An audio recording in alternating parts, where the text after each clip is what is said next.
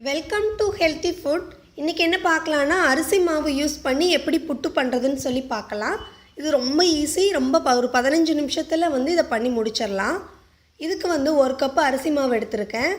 எடுத்துகிட்டு இந்த பேனில் நல்லா ட்ரை ரோஸ்ட் பண்ணிடுங்க, நல்லா வறுத்துருங்க. அப்படியே எண்ணெய் எதுவும் ஊற்ற தேவையில்லை. இதுக்கு நான் இடியாப்ப மாவு எடுத்திருக்கேன் 1 கப்பு. ஒரு 5 நிமிஷம் சிம்மில் வச்சு இந்த மாதிரி லைட்டாக கலர் மாறுற வரையும் வறுத்துருங்க. வறுத்ததுக்கு அப்புறமா இது நல்லா ஆற வச்சிடலாம். ஆறினதுக்கப்புறமா லைட்டாக தண்ணியை கொஞ்சம் கொஞ்சமாக தெளித்து பிசைஞ்சிடலாம். ரொம்ப லைட்டாக தான் தெளிக்கணும், ஒரே டைமில் தெளிக்கக்கூடாது. கொஞ்சம் கொஞ்சமாக இந்த மாதிரி லைட்டாக தெளிச்சுட்டு பிசைஞ்சிடணும்.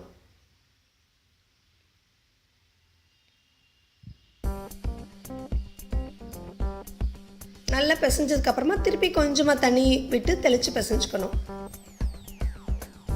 இந்த பிசைகிறது தான், இந்த தண்ணி விட்டு தெளித்து பிசைகிறது தான் இதில் ரொம்ப முக்கியம்.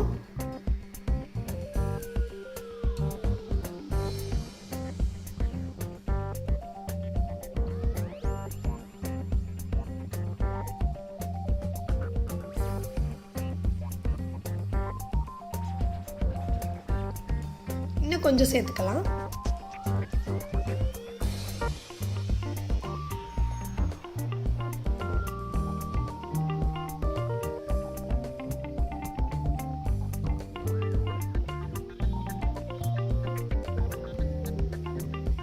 நான் ஆல்ரெடி தேங்காய் துருவல் திருவி ரெடியாக வச்சுருக்கேன். இட்லி பாத்திரத்தில் தண்ணி ஊற்றி ரெடியாக வச்சுருக்கேன். இப்போ பார்த்திங்கன்னா நம்ம நல்லா பிசைஞ்சதுக்கப்புறமா லைட்டாக அந்த ஈரப்பதம் இருக்கணும் மாவில். இப்படி பிடிக்கணும், உடைச்சிங்கன்னா நல்லா உடஞ்சிடணும். இதுதான் அதனுடைய அளவு. இப்போ இதை இட்லி பாத்திரத்தில் வச்சுட்டு ஒரு மீடியம் ஃப்ளேமில் 15 நிமிஷம் நம்ம வேக வச்சு எடுத்துக்கலாம்.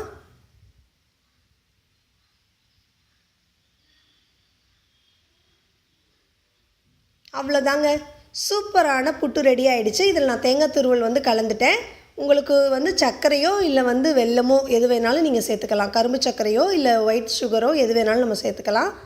சேர்த்துட்டு குழந்தைங்களுக்கு கொடுத்தீங்கன்னா அந்த ஈவினிங் டைம்லலாம் ரொம்ப நல்ல ஸ்நாக்ஸ் இது செஞ்சு பாருங்கள். இது ரொம்ப சிம்பிளாக பண்ணிடலாம். உங்கள் கமெண்ட்ஸை ஷேர் பண்ணுங்கள். இதுவரையும் சேனலை சப்ஸ்கிரைப் பண்ணாதவங்க கண்டிப்பாக சேனலை சப்ஸ்கிரைப் பண்ணுங்கள். தேங்க்ஸ் ஃபார் வாட்சிங்.